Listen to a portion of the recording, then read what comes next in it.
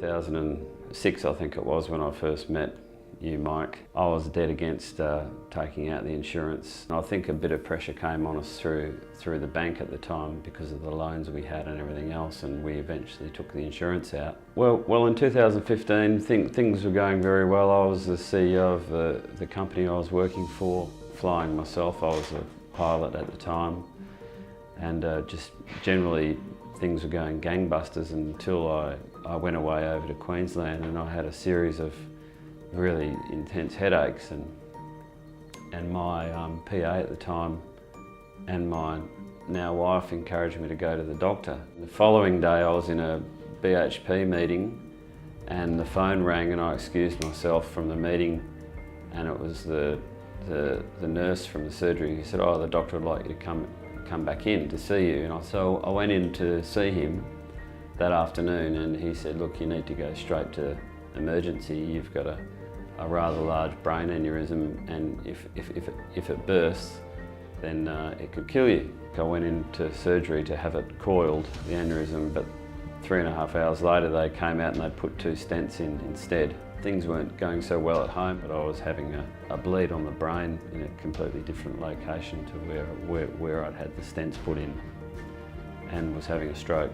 I was so involved in concentrating on what the issue was, I handed over all my financial affairs to my brother through a power of attorney. So I got a lot of comfort out of knowing my brother was looking after my affairs, and also Mike and Kate from the corporate will were also in batting fairly hard for me as well.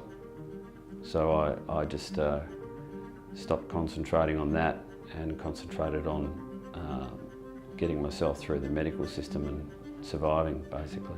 Post getting out of hospital or out of intensive care, they visited me and said that everything was in hand, not to worry about anything. All the insurances that I had in place were underway, or claims had been submitted for a certain amount of them.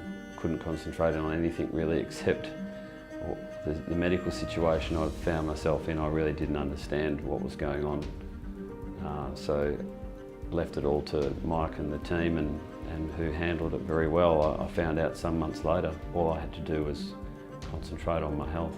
I had a business partner who stepped into the role of CEO in the company, and but however, after building a company from scratch over a 24-year period, and then all of a sudden one day everything's going gangbusters and you're doing your job, and all your clients are happy with you. Next day you've got nothing to do with the company whatsoever, like a dead stop overnight. It was quite terrifying, really, I have to say.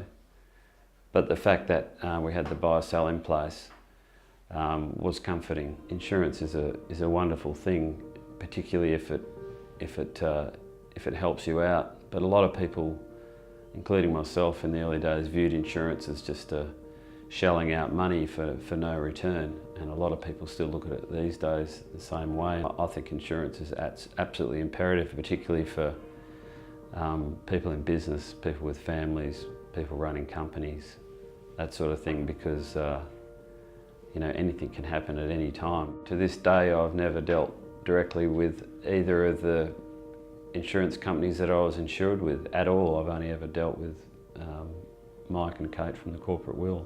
I've never had to ring them, I've never had to deal direct with them at all. So all of that stress was taken away from me. I was sceptical about whether the insurance companies would actually come to the party with you. But as it turns out, they were also brilliant and honoured their policies to the letter, and in good time as well.